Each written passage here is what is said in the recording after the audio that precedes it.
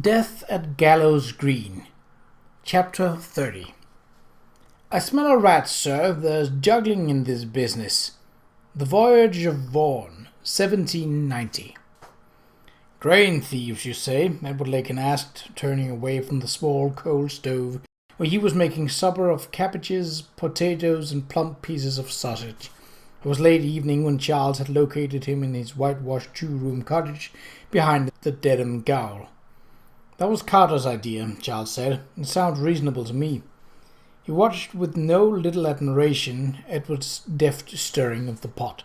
He himself had always had to endure the tender mercies of one cook or another. Once, when he had dared to reconnoitre the kitchen in search of tea and a sandwich, the cook had been so horrified at his effrontery that she had served notice on the spot.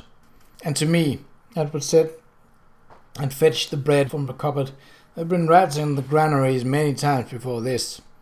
Charles indicated the envelope spread out on the table.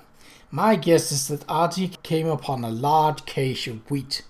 Somewhere, sacks of grain stolen from several different farms. To authenticate his discovery, he filled his pockets with samples of the grain, intending perhaps to lay watch and apprehend the thieves, but he was surprised and murdered." "It makes sense." Edward spooned out a plate of cabbage and potatoes and added a chunk of satisfyingly greasy sausage. He said in front of Charles, "A crew takes the threshing machines about from farm to farm on hire. The wheat is cut and threshed and sacked and tallied in the field and then stored in the farm's granary until it is sold and used. And of course, there is no guard on it." Charles poured mugs of the ale he had brought, "So anyone can help themselves to a dozen sacks or so," he said, pushing the ladder-backed chair to the table and sitting down. "It isn't difficult to juggle the tally either, so the farmer never misses it. A dozen sacks from a dozen farms amount to a fair harvest, especially when you've not the expense of ploughing and planting." There being a deficit of chairs, Edward sat on an overturned box. "But a cache of stolen grain might be hidden in any granary hereabouts," he added, slathering butter on a crusty slab of bread. "I wonder where Artie happened upon it. I've got an idea about that. After supper we can walk there. It's no more than a mile." He began to eat. "By the way, I've located Tommy Brock." "You don't say," Edward exclaimed. "The elusive Mr. B comes to light last. How did you manage that?" Charles glanced up from his cabbages and potatoes. "Actually, it was Miss Ardley who managed it. How, I have yet to discover. She sent word this morning that Brock has a cottage behind the Peak and Whistle in Manningtree. I haven't actually talked to him yet, however. I rode over this afternoon, but he was out working, according to the landlady. She expected him back on the morrow."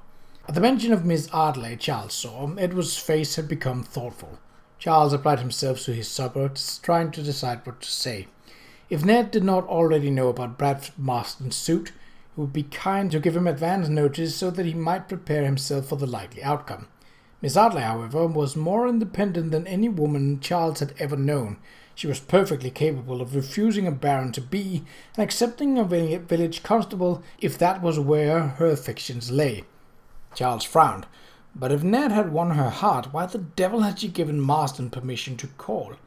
One would have thought she would have the wit to reject Marston's proposal before he made it. The whole thing was such a muddle that he finally decided to say nothing at all. He and Ned finished their supper in silence, smoked the cigars Charles had brought with him, while they did the washing up, and set off into the silvery dark, their path half-lit by a moon high above the ground fog and by Ned's bull's-eye lantern, which cast a golden halo around their feet.